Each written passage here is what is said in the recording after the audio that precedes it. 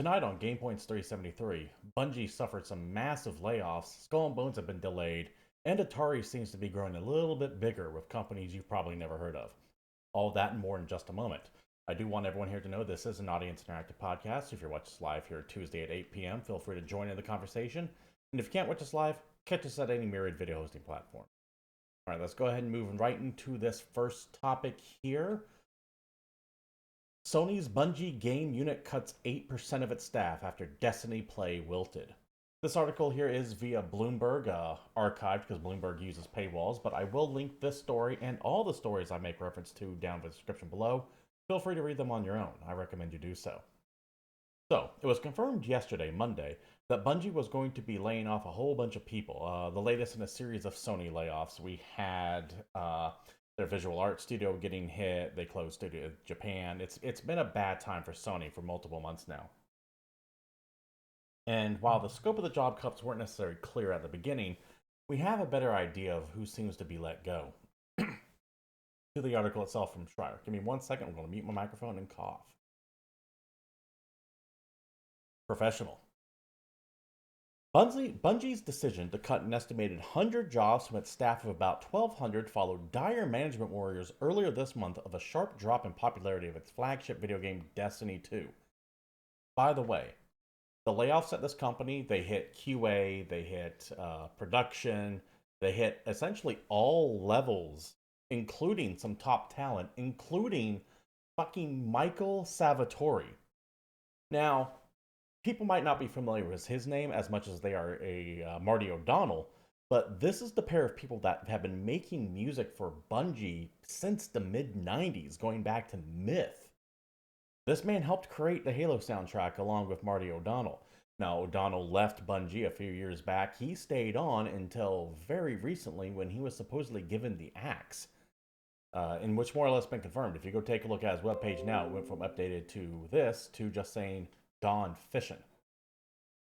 To show you how no one was spared from these layoffs.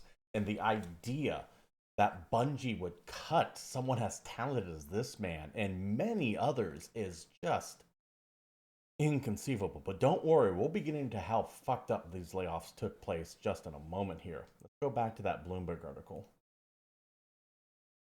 Just 2 weeks ago, executives at Sony-owned game developer told employees that revenue was running 45% below projections for the year, according to people who attended the meeting. That is catastrophic. That means that they thought they were going to make, let's say, $1 billion. They made $650 million. Now, I know those are big numbers, but when you're planning on having twice as much money, essentially, as you ended up with, that is catastrophic when it comes to losses. That is a huge, huge miss. Shockingly so. Chief Executive Officer Pete Parsons, more on him in a minute by the way, pinned the big miss on weak player retention for Destiny 2, which has faced poor reception since the release of its latest expansion, Lightfall. Yeah, to say that Lightfall went over like a fart is understating the problem. People hated Lightfall, and with good reason. Back to the article itself. The next expansion, The Final Shape, was getting good but not great feedback, and management told those present they planned to push the release back to June 2024 from February, according to people who asked not to be identified because they weren't authorized to speak about it publicly. The additional time would give developers a chance to improve the product. Also, this has the knock-on effect of extending the remaining seasons already of a lackluster expansion. So people were kind of tired of Destiny already, looking for new content. Well, that old content that they weren't into to begin with is going to get extended by, another 12 weeks or so, if not more, 12 to 16 weeks, couple months. And it's not good for Destiny at all. In the meantime, Parsons told staff Bungie would be cutting costs such as travel, as well as implementing salary and hiring freezes, the people said on Monday. Not good, by the way, when a company starts doing that, and it seems like they even went a further step on, because on Monday morning the news got worse. Dozens of staffers woke up to mysterious 15-minute meetings that had been placed on their calendars, which they soon learned they were part of a mass layoff. Bungie laid off around 8% of its employees, according to documentation reviewed by Bloomberg. Bungie did not respond to requests for comments. The employees who let go will at least receive 3 months of severance and 3 months of Bungie paid Cobra health insurance. I believe that actually might fall within the laws of a state they're in, not so much because the company wants to. We'll get into why I believe that here in a second. Although other benefits such as expense reimbursements ended Monday, sending some staff racing to submit their reports. That's right. People who were having travel and lunches expense out of their accounts, which means essentially they are paying for it themselves. They'll take the receipt to HR and go, hey, this is what you owe me. They're finding that benefit terminated immediately. So Bungie promised them they would pay out for these things, and then suddenly they're just not paying out for that anymore. Fucked up. I do expect a lawsuit from that, even though that might be kind of minor compared to the rest of it. But going on with the story. Laid off staffers will also receive prorated bonuses. Awesome, cool. So essentially they're going to get, if they worked from January until now, they're going to get this yearly bonus from prorated from now to October. Cool. However, those who are on a vesting schedule following Sony Group's Corp's acquisition of Bungie in January 22 will lose any shares that weren't vested as of next month. That is Saturday morning cartoon levels of villainous. What that means is, so, when Bungie was bought by Sony in 2022, a lot of people on staff were promised shares in Bungie on the condition, or Sony, or whatever shares they had. Shares either in Sony or Bungie or whatever deal they had up. But they were not vested, meaning they had to stay with the company for a certain amount of time until those shares vested, meaning they could sell them at that point. It's designed to keep talent on as kind of a retention bonus almost. So that way, when a company gets bought out by someone else, you just don't have all your big names immediately leave. So they stayed on with the promise of having these shares get vested that they can then sell and get a nice bit of cash for it. Or hold on to them, whatever they want to. But they usually have to wait a year, 2 years, 3 years for it to get fully vested. The people who got fired are having those shares taken from them. So not only did they stay on the promise of getting this payout, where they could have been looking for another job, one that wouldn't have fucking fired them yesterday, but now their bonus, not only do they not have their job anymore, despite being told, hey, we want you here, here's this, but that money that was being offered to do it, who knows how many people they might have turned down on the promise of these shares vesting, those are now gone too. Those revert back to Bungie. Oh, that's the kicker, by the way. It's not like that money just disappears. Bungie gets to keep it. They get to keep those shares. Those shares revert back to the company. Saturday morning cartoon levels of villainy. This is so fucked. And at the very least, Bungie should be paying out what those shares are currently worth at market value right now. This is fucked. This is also standard practice, from what I understand. But just because something is standard practice doesn't mean we should just accept it. We should fucking call it out when it happens. This is messed up. Especially when those shares were deliberately vested on a timing schedule specifically designed to commit the employees to staying for an extended period of time rather than finding better employment elsewhere. Get fucked, Bungie. And I do mean specifically Bungie because the CEO himself came out and said, hey, these layoffs were my decision, not Sony's. So the blame lies on him. And like I said, we'll get back to him in a moment. Some other ways this ended up playing out on Monday, because this kind of came out of the blue for many employees. We go to Paul Tassi here on Twitter. Now, Paul Tassi's beat are like games as a service, mainly Destiny 2. He does some Diablo stuff, but this is kind of his thing, so he's connected. There's a little bit of tidbits he was hearing for people who were working at Bungie at the time. The layoffs came directly from Bungie management, not Sony. It's not about Sony replacing Bungie employees with their own people, so keep that in mind. Many employee benefits, though not health insurance, will only last until the end of the month if you're let go. Laying people off on the 30th means a single day of coverage. And like I said, the only reason why the health insurance probably wasn't included in that is because I believe that is a state law. Them getting laid off on the 30th is deliberate. 100%. because also benefit enrollment starts up in November for many companies as well. Many employees had unvested shares as a result of the Sony purchase. Those shares would be received based on staying with the company for a number of years following the sale, but those shares revert to Bungie if you leave, even if you're fired, which is happening now to many of those affected. That's what I was talking about earlier. This is so fucked on multiple levels. We should just dragging Bungie for this. If you're still playing Destiny and you're already kind of bored with it, I hope this might be enough for you to say fuck off, because this cannot be allowed to stay. The company that does this to people should not be allowed to exist. Let me rephrase. It can exist. I don't want to say should not, because that implies governmental interference, something like that. But it deserves to crash and fucking burn, especially how Bungie has been on many other levels, which I'm not going to get into right now over the past few. More from Paul Tassi here. Many employees found they were fired out when... Sorry, let me start over. Many Bungie employees that were fired found out in the morning when they were locked out of services, logons, and emails access revoked. So they didn't even know they were fired. They just went back to their fucking computer and it's like, nope, you don't have access to this anymore. What kind of unprofessional ass does that to someone? Have the courtesy to bring them into a meeting and go, hey, you're being let go. Don't just have them sit there at their desk and they can't fucking access their computers. That is so jacked up. Others who insisted found out in meetings they were told not to tell team members themselves, as the teams would be told by other means. Many employees were unable to say goodbye or exchange contacts. So yeah, they were just yeeted right out of the Slack channels before they can even do like a final, hey, I'm out of here, goodbye. And when your team leads are being told not to tell other teams because they're being told by other means, yeah, the other means was just them turning off their fucking computer access. This is so messed up. Many team managers were not told at all about who on their team was being laid off and only found out as it was happening.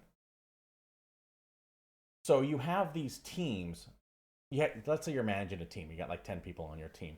And you have plans. It's not like you make plans weekly and they're finished weekly. You make plans months, sometimes even years down the road, and you have people in certain spots.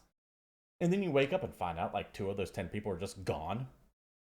And then it's your job to figure out, okay, well, you still need to meet your deadlines. This is so unprofessional. Unprofessional is the word for it. It is laughably evil. It is severely messed up to do this right as we're entering Thanksgiving and Christmas season because the holidays are coming up. I don't blame companies specifically for layoffs. Layoffs happen. It's just the fact of the matter, especially when the economy slows down. The entire economy is slowing down. Layoffs are going to happen. It's a song that I have been singing over the past, what feels like a year and a half at this point. But have some fucking decorum about it. Be professional about it. Don't just kick people out of their ass, go, hey, listen, we're letting, like, sit them down and go, we're letting you go. You don't need to, like, draw it out, just rip the Band-Aid off. But this idea of not telling anyone it's happening, just revoking their access to their computers, and that's how they're finding out.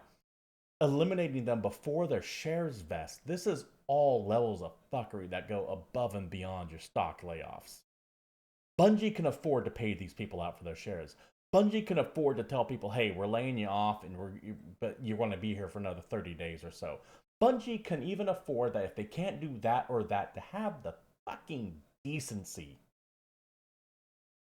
to just say, hey, this is what's happening.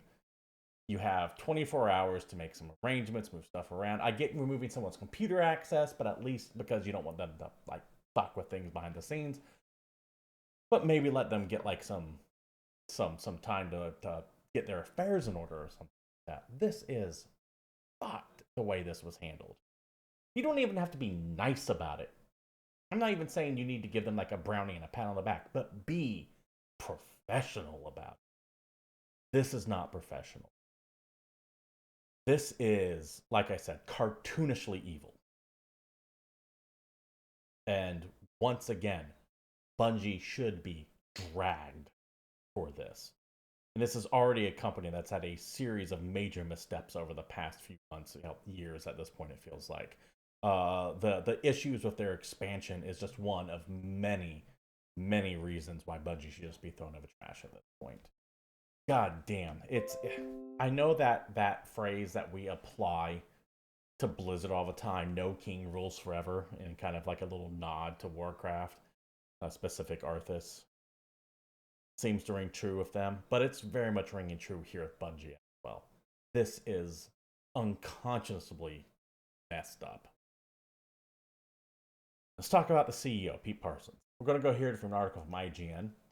Bungie CEO claims layoffs were due to Destiny 2 underperformance. That makes sense. Like I said, I'm not doubting the reason why the layoff happened. Layoffs happen. And Lightfall has been a disaster for Bungie. When they're missing their sales by almost half, yeah, that you gotta lay people off. But have the decency to do it right. Let's take a look at chat here real quick. Scandals that Blizzard ruined the chances of a sequel to StarCraft 2. I think that the fact that StarCraft 2 had no monetization after its initial launch ruined the chances of StarCraft 2 being a sequel. You take everything at Blizzard that was messed up over the years, the abuse allegations and all that, get rid of all that, I still don't think StarCraft 2 would have had a sequel or StarCraft 3 just because there's no reoccurring monetization in it. And we'll get into games as a service and what all this means in a second. But that was where Activision Blizzard's mindset was at the time. Now that Microsoft owns them, who knows? Back to the article itself here from IGN. Get a sip of tea here as I go off on another rant.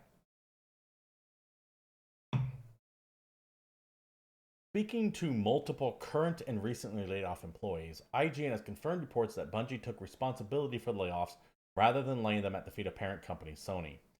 Parsons told employees that the layoffs were largely due to underperformance of Destiny 2 over the last year, as well as lower than expected pre-orders for the upcoming expansion of the Final Shape.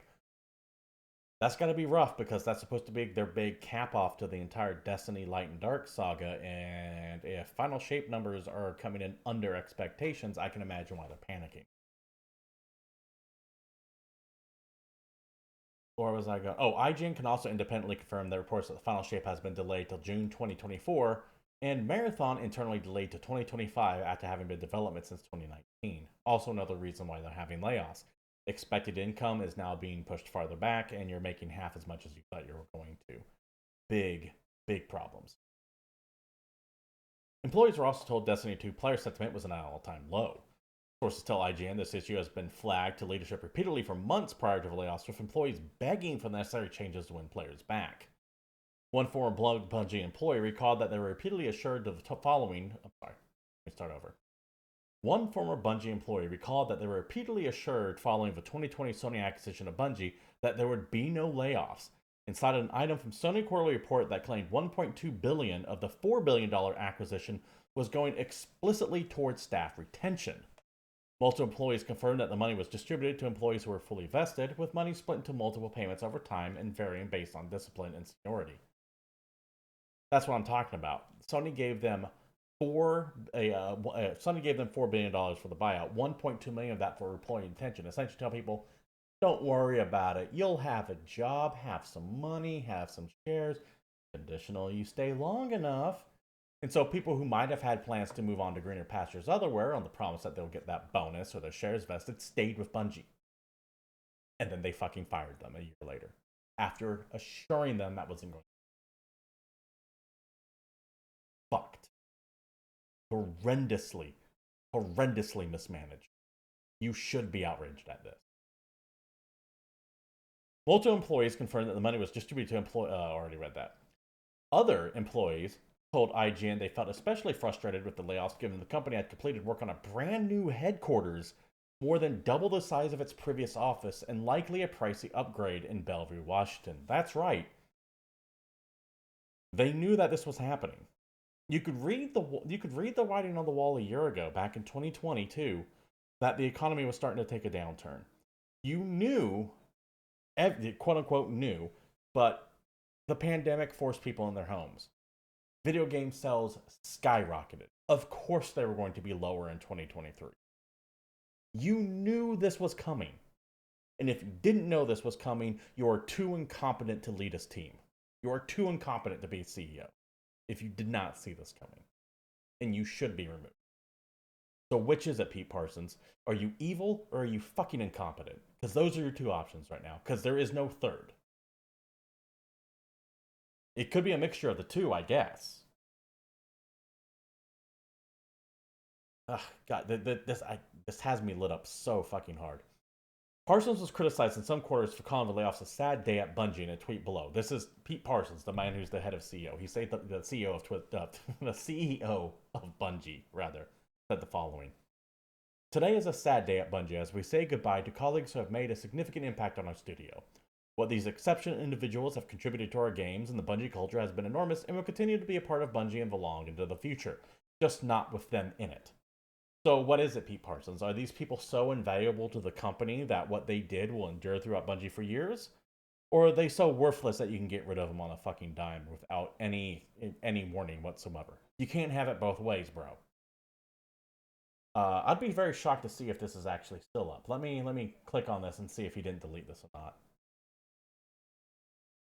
No, he still has it up. The balls on this man. These are truly talented people. If you have openings, I would highly recommend each and every one of them. If they're that talented that you're having to push them on a company, why didn't you keep them, bro? I get that layoffs happen.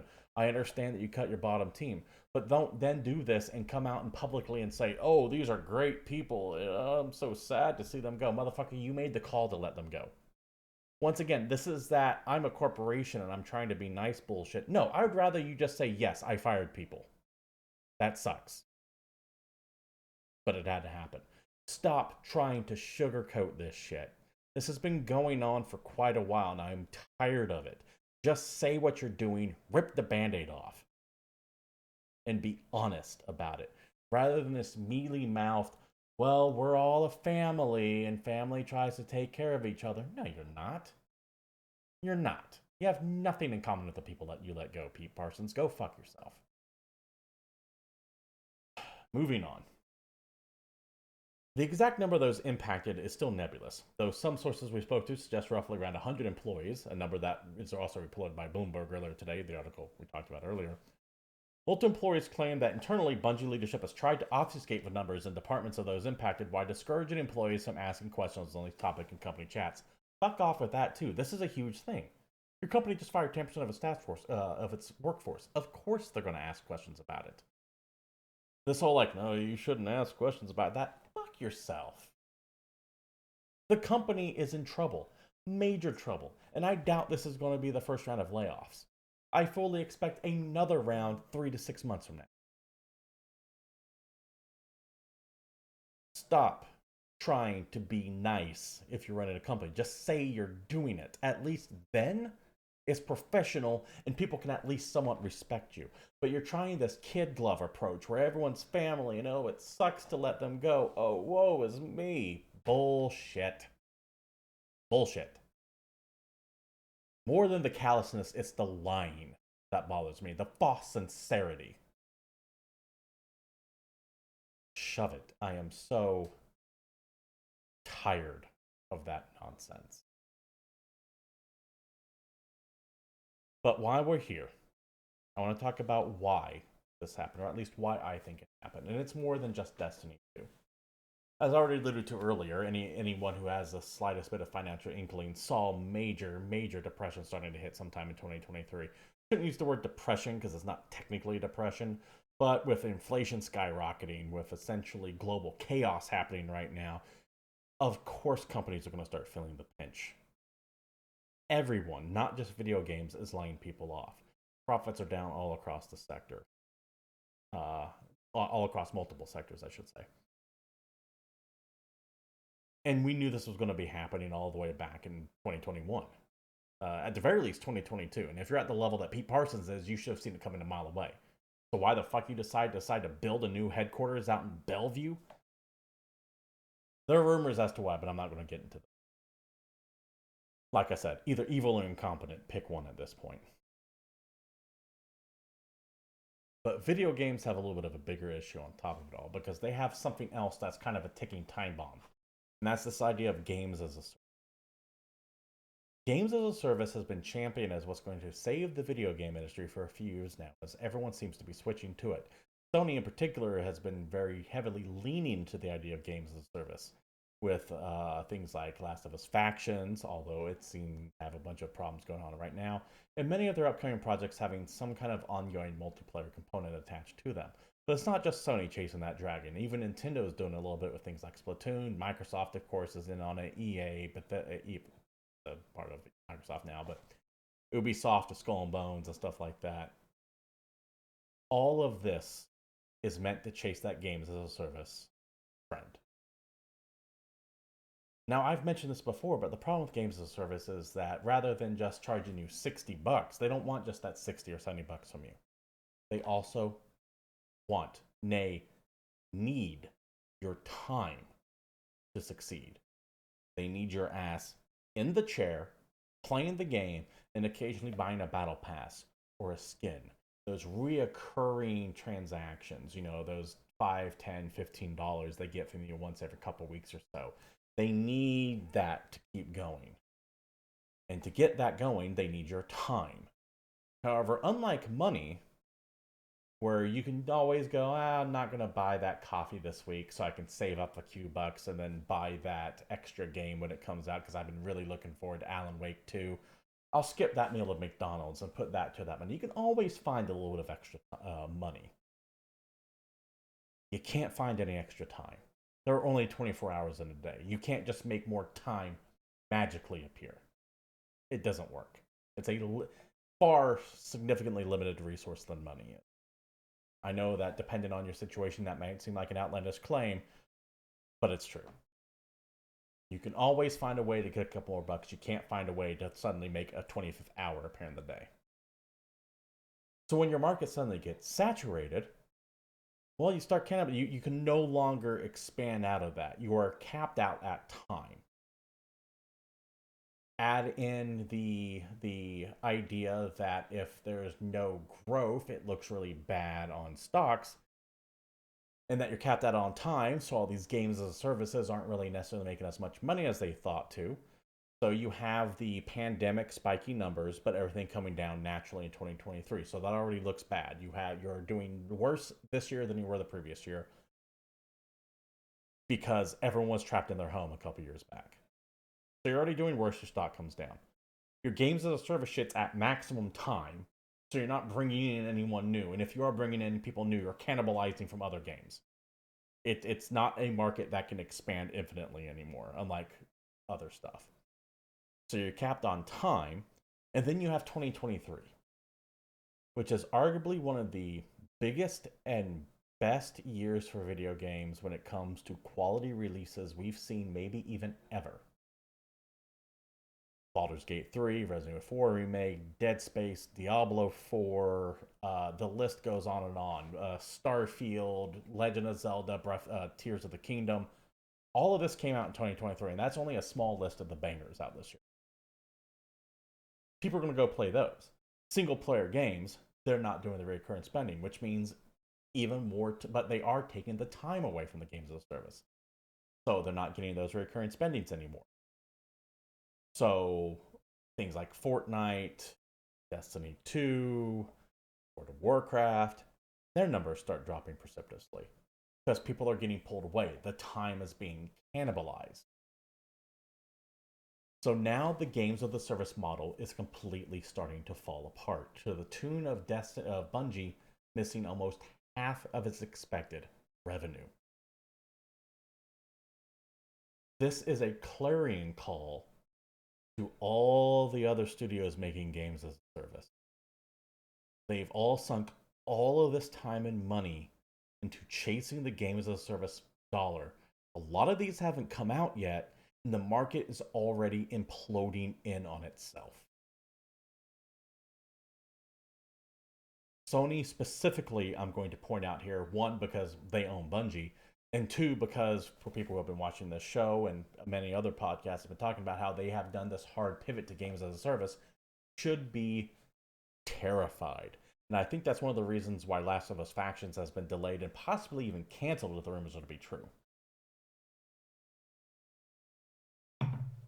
The games as a service time bomb is here. Driven by all these things. Driven, ironically enough, also by the fact that we've just had better games come out. I would rather spend 160 hours in Baldur's Gate 3, which I paid for once, than 160 hours in anything else that I have to keep paying for monthly battle passes. Same with Starfield. Same with Resident Evil. Same with Breath of the Wild. Same with, or not Breath of the Wild, Tears of the Kingdom. Same with any myriad of major releases that are single player, self contained, only charge me once experience. And I think the market's speaking. And I think all these companies that have been wasted thousands of man hours and hundreds of millions of dollars chasing a game that needs to be fed a steady stream of content to where you only make that over and over again in a never-ending treadmill to satiate the unending hunger for content these things demand. They're fucked. Is Destiny 2 just going to go away tomorrow? No. Is Bungie in trouble? Absolutely. Is the final shape in trouble? Oh yeah. Yeah, 100%. This is supposed to be the big climax. I don't think anyone fucking cares. I think Lightfall burned so many people that when the final shape does come out, yeah, you'll have a jump in your numbers. You always do when an expansion comes out. It ain't going to be pinnacle, though. It ain't going to be your peak. It's just down here from here, baby, and you need to get fucking used to that fact, Bungie. And Destiny 2 is one of the bigger ones. Imagine what the other games and services are doing. Imagine what things like Dead by Daylight are doing. Dead by Daylight actually might be different because that's kind of unique. But you get the point that I'm making. Diablo 4 certainly isn't really lighting the world on fire as Blizzard was certainly hoping it would be. WoW also kind of in a similar situation where people seem to be underwhelmed with the most recent expansion. I think we're going to see a massive shift away from games of service. I think you're going to see a lot of canceled products as companies realize, oh, we're not the only one that are suffering major losses from this. We need to cut bait while we can, close a few studios, and hopefully save the rest of them. I think you are going to see a massive wave of cancellation or changes in scope to the current games as a service slate. Because people have been chasing Fortnite for way too long, and not even Fortnite does Fortnite numbers anymore. Hell, Epic had layoffs recently because Fortnite doesn't do Fortnite numbers. I'm hoping this is a goddamn wake-up call to the industry before it's too late. Because I do think that having another video game crash like we did in the mid-'80s before Atari came along is eminently possible. And I think more than likely to happen now than not. And if you think these layoffs are bad, wait until that happens. That's when you see entire publishers go bye-bye. That's when you see like someone like Ubisoft just close doors one day. I hope it doesn't happen. But I think it's more likely at this point than not. Anyways, let me know what you think down below. I didn't necessarily want to go off on Bungie for 30 minutes, but here we are. I do technically have some other stories I want to talk about real quick. First up here from Video Game 24/7, Capcom has an unannounced major title due out before March in 2024. That picture showing you what they might think it is. It's not confirmed yet what it is yet, but Capcom still apparently has an unannounced major title due out before March of next year. As spotted by a user on Gaming Links and Reddit subreddit, Capcom recently shared a document covering a Q&A following the latest earnings results where it's referred to said unannounced major title. The game came up the following question of how it plans to achieve sales goals for new titles this fiscal year, noting the upcoming Apollo Justice Ace Attorney trilogy, as well as whatever this game might be. Aside from hosting its own showcase, which Capcom has done in the past, the most likely place for any kind of announcement would be at the Game Awards in December. However, that is very, very close to... Sorry, I suddenly lost where I was. There it is. Ha! Lost where I was reading. That is very, very close to that March date, though, so that will be only a few months away. Now, if you remember a few years ago, there was this massive leak of Capcom's upcoming releases, and on that list was a new Monster Hunter game that should have been out this year, but given that it was 3 years ago, delays happen, it very well could be that Monster Hunter game, which is why you're seeing the Monster Hunter imagery up here. I do think it actually is either Monster Hunter 6 or Monster Hunter World 2. However, on that list was also a couple of remakes of Capcom franchises. I think there was an Onimusha remake on there of some kind. There was also a Resident Evil Apocalypse on there somewhere. It very well could be one of those as well. We'll definitely find out come the Game Awards, I think. It's not out of character for Capcom to announce something and then very quick on its turnaround, but it is getting very close for them to shit or get off the pot. Take a look at chat here. You suspect part of the problem game devs have with profits is the quality of the hardware these days. There's a demand for AAA games, and it takes years to make a AAA game, and it's either sink or swim. Such a risk was less development when games required less development work. Yes, 100%. I don't know if it's so much the hardware problem, but there is something to be said about how long dev time has gotten. Dev time used to be able to take a year or two to crank something of quality out, but nowadays, with how bloated budgets have gotten, it takes 3 to 5 years to make a game. That's a lot of time to invest in something to only have it flop. Redfall, I'm looking at you specifically. So yeah, it's becoming riskier and riskier to develop a game. Because if I can spend a couple $100 million and make something in 2 years, that's nowhere near as bad as loss of flops than if I have to spend $500 million on something that takes 5 years to come out, and during that entire 5 year time, I'm not making anything else, and have that horrendous flop. The risk in AAA game development is getting obscenely high, as of demands, because everyone is demanding Fortnite, everyone is demanding Red Dead Redemption 2 or Grand Theft Auto 6 whenever that eventually comes out. 5, let's say 5. And I'm not talking everyone that's in gamers. I'm talking investors. The people who are controlling the money at Sony are looking at Sony going, hey, where's our Fortnite? Where's our Grand Theft Auto? Where's our Minecraft? Why aren't you making more of those? Make us more of those. Not realizing that most of those games come out and they do shit. But they're all chasing them anyway. It's at the point now where you can release 10 games and you're hoping that one of them is a mega success because 9 of them are going to be failures. But if you miss that one, if you have 10 failures, that sinks your company. That's the point we're at now. It is not a good place to be. It's very precarious to be in that. Anyways, back to this right here. Capcom has a big game coming out sometime in March. Smart Money says Monster Hunter. I tend to agree, but it could be any number of things based on that Capcom link we saw about 3 years ago. I have 2 stories here left over. Go to GameSpot for this next one. Ubisoft delays Skull and Bones and an upcoming large game via GameSpot. Once again, story to this and all the other things we're talking about provided down below. As part of Ubisoft's latest earnings briefing, the company has announced that its long development pirate game Skull and Bones has again been delayed and will now launch during the company's Q4 of 23-24, which means it will launch sometime between January and March of next year. I doubt it. I'm shocked this game hasn't been canceled yet. I think it's one of those cases where they feel like they've put too much money into it to cancel it. That's a sunken cost fallacy, though. I say pull the plug and just yeet it right now. Because I think we all know Skull and Bones is going to be one of those games that within a year after its launch is shut down. We can all see it coming, right? We know that's going to.